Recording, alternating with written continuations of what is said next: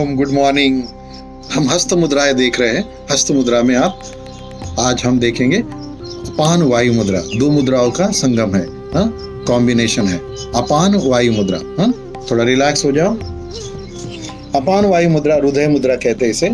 मृत संजीवनी मुद्रा भी कहते हैं इसे, यानी आपको मौत से भी बाहर निकाल सकती है, ऐसा उसका अर्थ है। इसका साइंटिफिक स्टडीज भी है। जैसे हार्ट अटैक आने के बाद यदि अपान वायु मुद्रा में रहोगे या चेस्ट पेन होने के बाद अपान वायु मुद्रा में, आपका चेस्ट पेन कम हो जाएगा और डॉक्टर तक पहुंचते तक आप अच्छे कंडीशन में रह सकते हो। फिर बाद में ट्रीटमेंट लेके आप अच्छे भी हो सकते हो।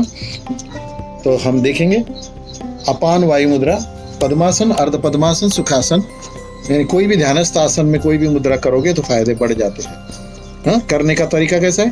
पहली उंगली जो है अंगूठे के जड़ से लगा, बीच के दो उंगलियां अंगूठे के सिरे से लगा, सिर्फ छोटी उंगली सीधी, रीढ़ की हड्डी सीधी, गर्दन सीधी।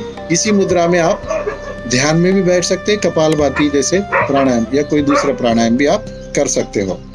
इससे साथ कपालभाति करोगे तो और ज्यादा फायदे होंगे, क्योंकि ये मुद्रा दिल के लिए बहुत अच्छी है। सॉर्बिट्रेट नाम की जो दवा है, गोली है, वो गोली ये थोड़ा सा कम करेगी।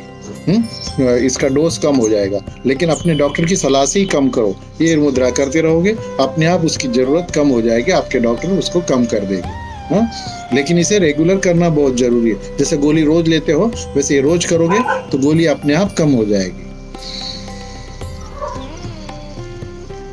ये मुद्रा आप 15 मिनट से 45 मिनट तक कर सकते हो। ब्रेक में भी कर सकते हो, सुबह 15 मिनट, दोपहर को, शाम को। ध्यान के वक्त करोगे तो ज्यादा फायदे होंगे। इस मुद्रा के साथ यदि आप कपालभाति प्राणायाम करोगे, जैसे कपालभाति में सिर्फ सांस को बाहर छोड़ना है। देखो,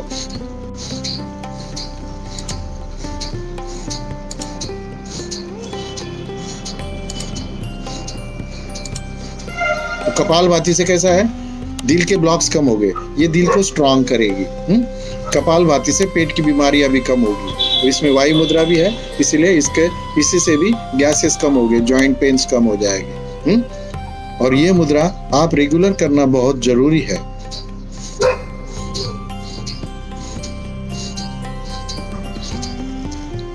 इस मुद्रा का दूसरा फायदा ऐसा है कि जब आप कुछ स्टेयरकेस चढ़ते वक्त यदि आपको सांस फूलने लगे तो ये मुद्रा में चढ़ोगे तो आपको सांस नहीं फूलेगा। टेकड़ियों पर जाना है, कुछ मंदिरों पर रहते हैं, तो टेकड़ियों पर जाते वक्त भी आप इस मुद्रा में जाओगे तो सांस फूलेगा नहीं, और रिलैक्स मूड में आप ऊपर तक जा सकते हो।